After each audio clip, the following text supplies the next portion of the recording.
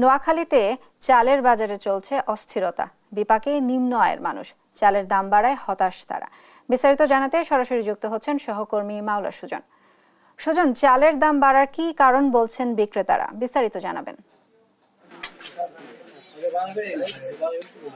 যেমনটি বলছিলাম যে নোয়াখালীতে চালের বাজারে একটি অস্থিরতা বিরাজ করছে গত বেশ কয়েক সপ্তাহ ধরে।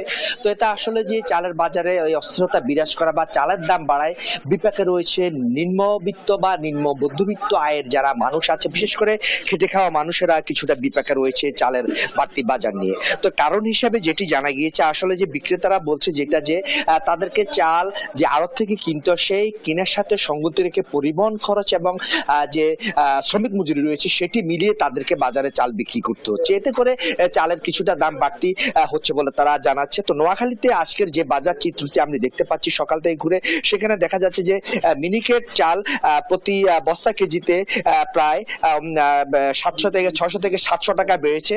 তো গত মাসে যেটি কিনা ছিল 3500 টাকা বস্তা, সেটি এই সপ্তাহে কিনা হয়েছে 4100 টাকা। প্রায় এখানে প্রায় 700 বা 600 টাকার মতো বাড়তি কিনতে হয়েছে বলে জানিয়েছেন বিক্রেতারা। অন্যদিকে ফাইজাম চাল যেটি গত সপ্তাহে কিনেছেন 2800 টাকা করে বস্তা প্রতি, এই সপ্তাহে সেটি কিনতে হচ্ছে তাদেরকে 3100 টাকা করে। তবে এই চালের বাড়তি বাজারে কিন্তু একটি সুখবর রয়েছে, সেটি হচ্ছে যে গুটি সন্না নামে যে চালটি রয়েছে সেই চাল কিছুটা কমেছে দাম কমেছে বলে জানিয়েছেন বিক্রেতারা।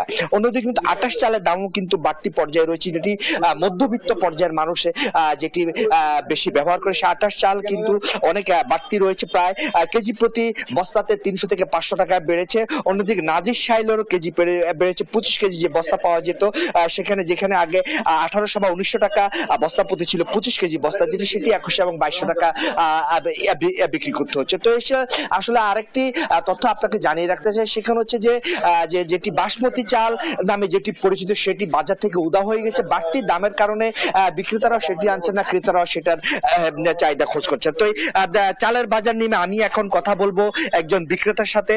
তো আমি তার কাছে জানতে চাইবো যে কেন হঠাৎ এই চালের বাজারে অস্থিরতা বিরাজ করছে এবং কেন এই বাড়তি দাম বাজারে? হ্যাঁ, বাজারে বাড়তি মোকামে বাজার বাড়তি, এই কারণে আমরা বাড়তি বেচতে বাধ্য হচ্ছি। তারপরে ট্রাক ভাড়া আছে, লেবার খরচ আছে, সবকিছু আছে। মিনিকেট আমরা বেচছি 3500 টাকা, এখন সেই মিনিকেট বেচতে হয় 3980 টাকা বিক্রি করতে হয়। ওখানে তারা 3850 টাকা ধরে, ভাড়া আছে 110 টাকা। তাহলে আমরা কি করে বিক্রি করি? আমরা এখন মানে বিক্রি করা আমাদের অনেক কষ্ট হইতেছে। তারপরে স্বর্ণ চাল, নিম্নমানের স্বর্ণ চাল, এটার দাম অনেক কমে গেছে। 2700 টাকা আছিল, এখন মাত্র 2550 টাকা।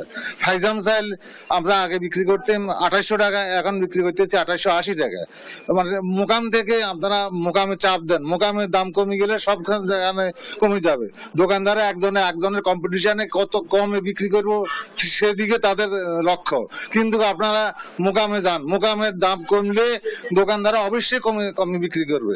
আপনারা মোকামকে চাপ দেন, মোকামে সৃষ্টি করেন, চাপের সৃষ্টি করেন।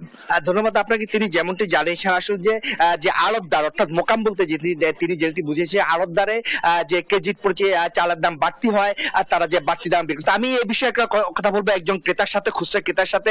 চালের দাম বাড়তি মনে হচ্ছে আপনার কাছে? অবশ্যই চালের দাম আগের চেয়ে অনেক বাড়তি মনে হচ্ছে। এখন গত মাসে আমরা 1480 টাকায় চাল কিনছি, এখন 1600 টাকা 25 কেজির দাম। এতে করে বোঝা যায় চালের দাম ক্রমান্বয়ে বাড়ছে।